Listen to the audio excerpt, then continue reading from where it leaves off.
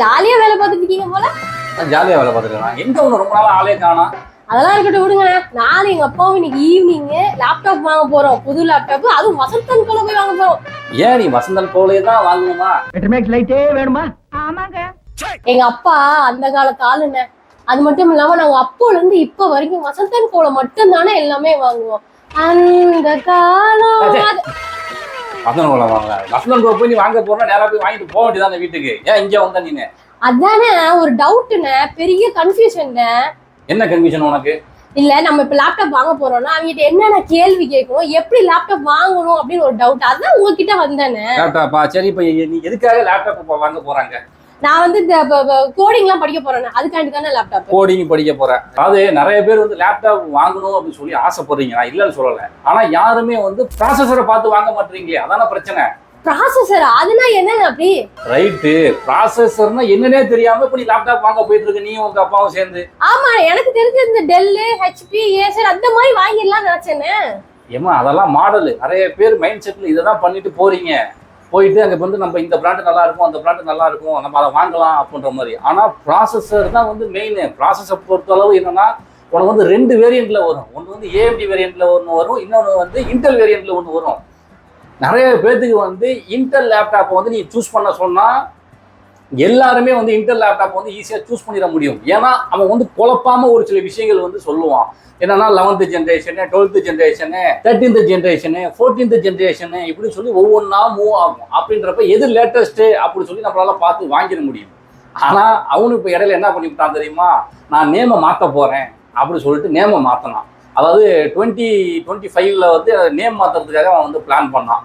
என்னன்னா i3, i5, i7 இருக்கா, அவன் என்ன பண்ணிவிட்டான், இன்டெல் கோர் 5 அப்படின்னு சொல்லிட்டு அவன் வந்து நேம் மாத்தினான். அது வந்து மக்களுக்கு வந்து நிறைய புரியல. என்னடா அது சரி 13th ஜென்னுக்கு அப்புறம் 14th ஜென் வரலையோ அப்படின்ற மாதிரி நிறைய குழப்பத்துல இருந்தான். அதுக்கப்புறம் அவனே என்ன பண்ணிவிட்டான், அதுக்கு பக்கத்துல வந்து 14th ஜென்னு அப்படின்னு சொல்லி அவனே பிரிண்ட் பண்ணிட்டான்.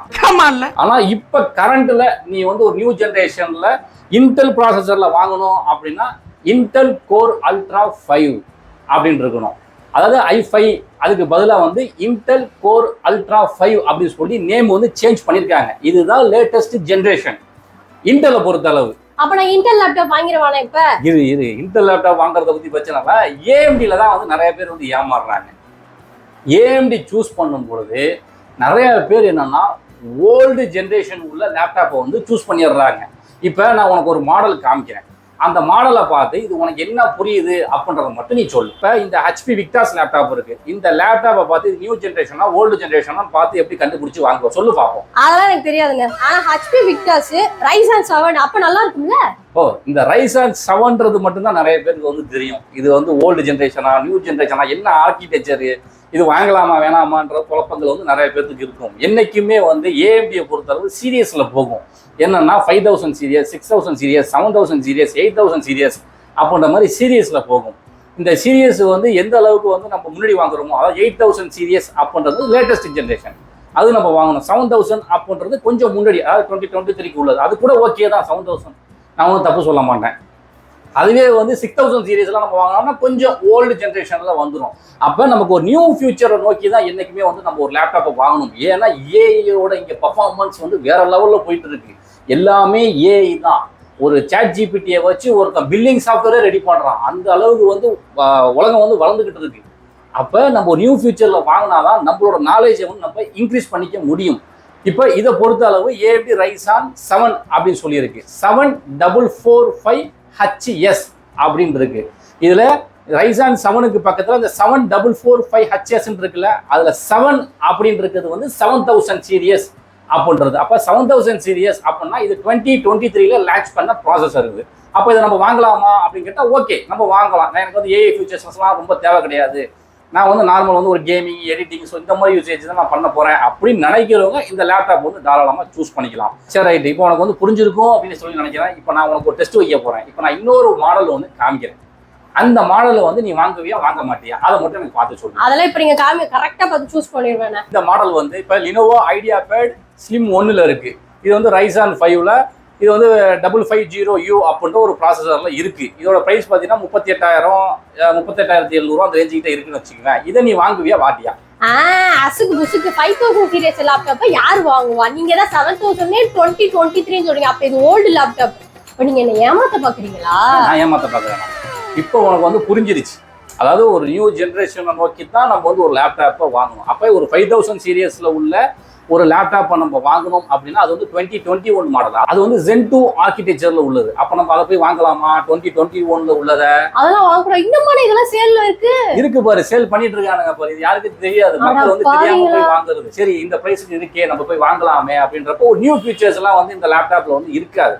அதுக்காக நான் சொல்ல வரேன். நான் எப்பயுமே ஏஎம்டியை பொறுத்தளவு ஒரு குழப்புன்னு குழப்புவான். அதனால என்ன சொல்ல வரேன்னா, ப்ராசஸர்ல ரொம்ப ஸ்ட்ராங்கா இருக்கணும். அந்த மாதிரி ப்ராசஸர்ல நம்ம ஸ்ட்ராங்கா இருந்தாதான் நீங்க என்ன ஒர்க்குக்காக ஒரு லேப்டாப் நீங்க வாங்க போறீங்களோ அந்த லேப்டாப் வந்து உங்களுக்கு 100% வந்து ரிசல்ட் கொடுக்கும். ஏன்னா நீங்க அதுக்கு மேல குழப்புறீங்களே. ஏஎம்டி வாங்குறதா இப்ப இன்டெல் ப்ராசஸர் வாங்குறதானே? ஏஎம்டிமா இப்ப 2026 பொறுத்தளவு இன்டெலும் சூப்பரா இருக்கு, அதே மாதிரி ஏஎம்டியும் வந்து சூப்பரா இருக்கு. ரெண்டுமே வந்து குறை கிடையாது. ப்ராசஸரை பொறுத்தளவு செம்ம ஸ்ட்ராங்கு. எல்லாமே வந்து பவர் எஃபிஷியன்சி எல்லாமே வந்து நமக்கு கம்மி பண்ணி ரெண்டுமே சூப்பராக ஆப்டிமைஸ் பண்ணி வச்சுருக்காங்க. ஆனால் இதில் என்ன தெரியுமா ஒரு ஹைலைட்டான விஷயம், இன்டெல் தான் வந்து ஸ்ட்ராங்காக இருந்தான், அதாவது ப்ராசஸரில். அதுக்கப்புறம் இன்டெலை ஃபாலோ பண்ணான், வேற எதுவுமே செய்யலை. இன்டெல் வந்து என்னென்ன செய்கிறானோ அதை அப்படியே ஃபாலோ பண்ணி அப்படியே வந்துக்கிட்டே இருந்தான்.